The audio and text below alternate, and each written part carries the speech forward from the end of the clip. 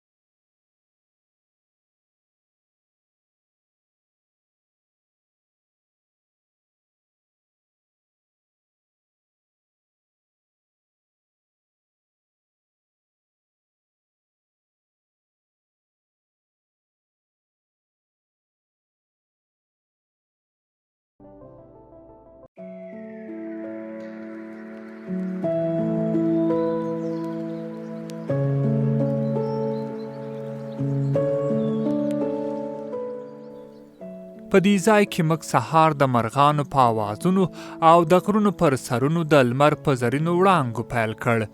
دلته هره منظره ځان ته یوه بیله نړۍ ده، داسې لکه موږ چې د کیسو او دودونو په منځ کې ګرځو او ژوند په خپل اصلي شکل تجربه کوو.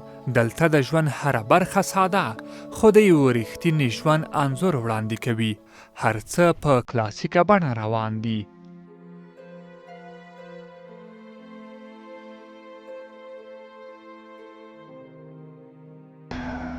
زموږ نن سهار له نورو ورځو نه ډېر متفاوته و. دا سهار یو ډېر عجیبه کیف درلوده.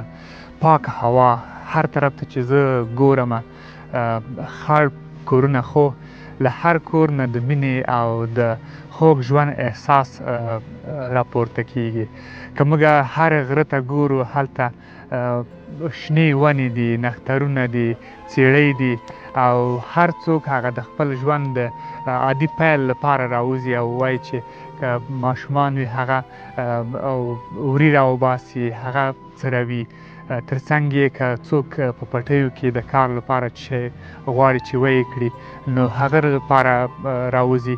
نو خوند له نور ژوند څخه چې هغه په ښاریاتو کې دی هغه نه ډېر یو ښه خوند لري او زه ډېر د خوشحالۍ احساس کوم داسې احساس کوم لکه یو ارواپوه استاد چې ماته غږېږي د هر طبیعت د هر منظره چې زه کوم یو بیل کیف ترې اخلم او ذهن ورسره ارامه کېږي.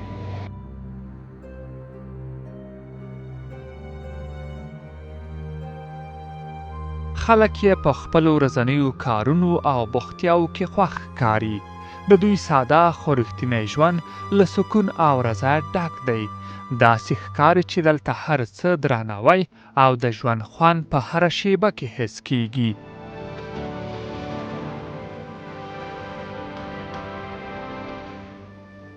والا داسې دی احمد زی صاحب کلیوالي ژوند او ښاري ژوند چې دی دا فرق لري.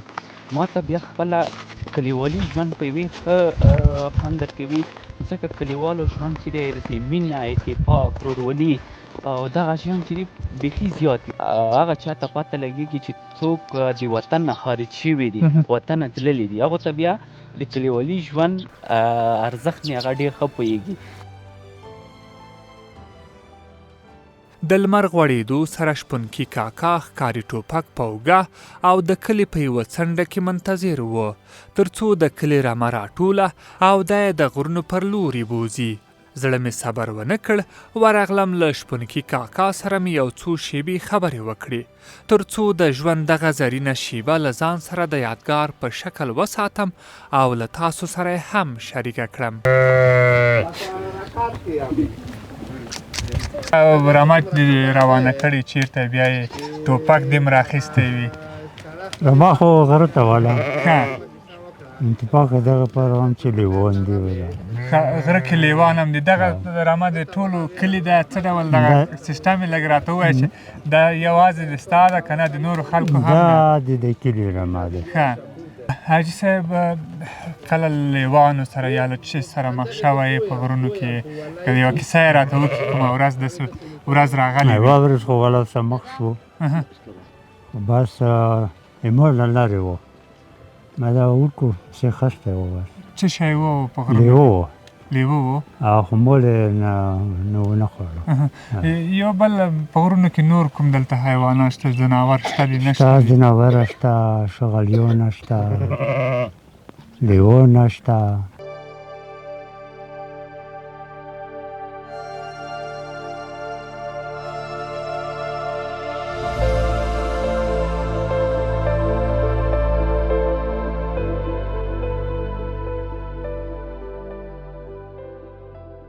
هر کله له جلا رنګونو او پخوانیو کسبونو ډک و خو موږ ته یو ډېر په زړه پورې کیسه پر مخ راغی. هغه د پیړیو پخوانی چې لا پکې ساه چلیده او خلکو ژوندی ساتلی و. په دې کلي کې د اوبو ژرنده چې غنم او جوار یې په تراشي شوي تیږه وړه کول. د کلي له ملک صاحب او څو تنو مشرانو سره مو د ژرندې ننداره وکړه او پوهیږئ جالبه څه و؟ جالبه دا ده چې دی په ژبه باندې خبرې نشي کولی د ده د خبرو د ترجمې په خاطر باندې مو یو کلیوال هم راغوښتی چې دی به د ده خبرې راته وژباړي. که له حاجي صاحب نه دغه پوښتنه وکړه چې څومره وخت کېږي دلته دغه ژرنده مخ ته وړي.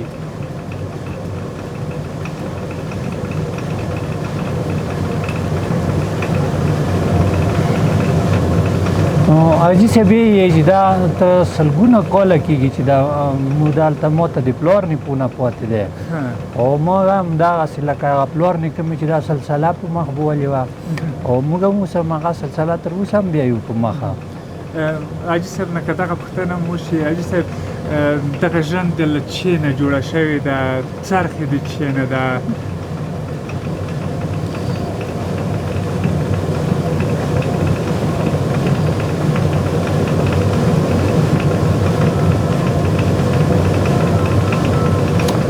دا داسې یي دی چې دا یوه ډبره ده تیږه ده دا څرخ د دا هغه چې دی دا پال دا د ډبرې نه جوړ ده تیږې نه او دغه لاندې د اوبو څرخ چې تاویږي هغه د لرګي نه جوړ دی دا لاندې اوبه دي او هغه دا اوبه راځي او اوبه راځي هغه لاندې لرګي څرخ وهي او بیا د پاسه ډبره او د تیږه تاووي داسې یې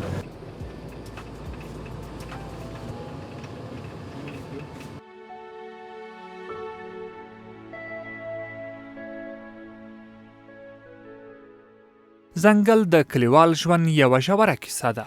هره ونه، هر څاڅکی او هره لاره د خپل داستان سره ژوند کوي.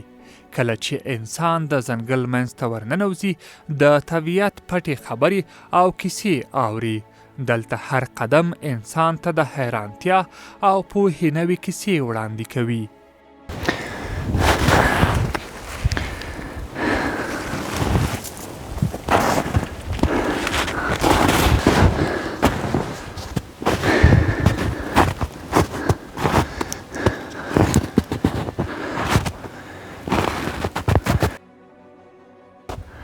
ځنګل هغه وخت خوند کوي کله چې انسان منځ ته ورننوځي او له هرې ونې څخه جلا جلا کیسې واوري، خبرې واوري چې د دوی په منځ کې څه تیریږي.